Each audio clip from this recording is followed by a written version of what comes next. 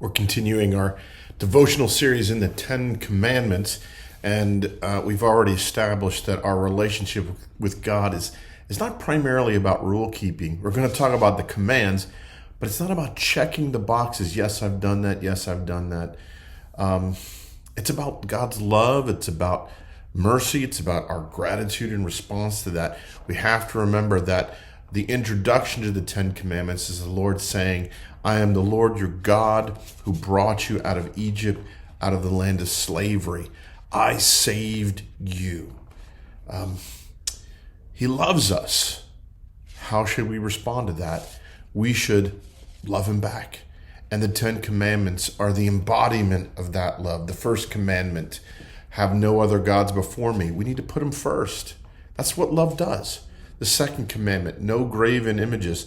Now we tend to think about that as paintings or sculptures, but really it's more than just about something we might hang over our fireplace, put on the mantelpiece. It's about our relationship with him, believe it or not. So let's very briefly explore that together. I'm going to read Exodus chapter 20, beginning in verse 4. You shall not make for yourself a carved image or any likeness of anything that is in heaven above, or that is in the earth beneath, or that is in the water under the earth. You shall not bow down to them or serve them, for I am the Lord your God, am a jealous God, visiting the iniquity of the fathers on the children to the third and fourth generations of those who hate me, but showing steadfast love to thousands of those who love me and keep my commands.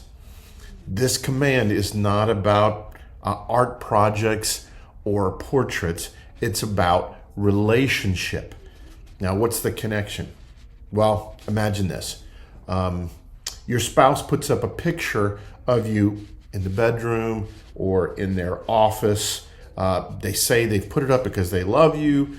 They want to honor you. But you look at that picture and it's like no picture you've ever seen of yourself before. It's your face, but somehow it's merged with another face.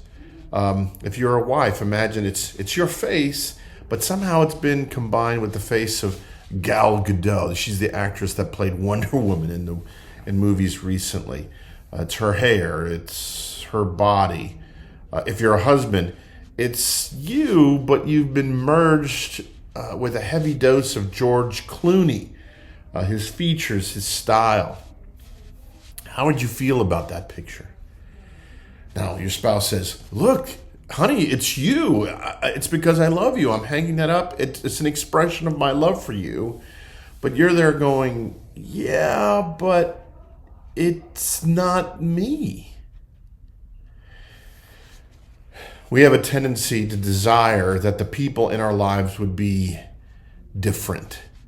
Still themselves, but somehow we want them to be more sensitive or attentive or attractive. It's a common problem. We struggle to love people for who they are instead of who we would want them to be, who we imagine them to be. And the same is true of our relationship with God, or just in our spirituality. We think of that connection to the divine, the transcendent, and we imagine it in ways that suits our proclivities, our tendencies. We worship in ways that fit our imagining instead of who God really is. But that's not the way he loves us. He loves us and saves us just as we are. Now, he wants something more for us. He wants to make us better. But his love comes to us and he recognizes who we are and loves us that way. He saves us as we are. And so our response should be to love him, not for who we want him to be, but for who he is. This week, think on that. Who is God? And can you love him for who he is?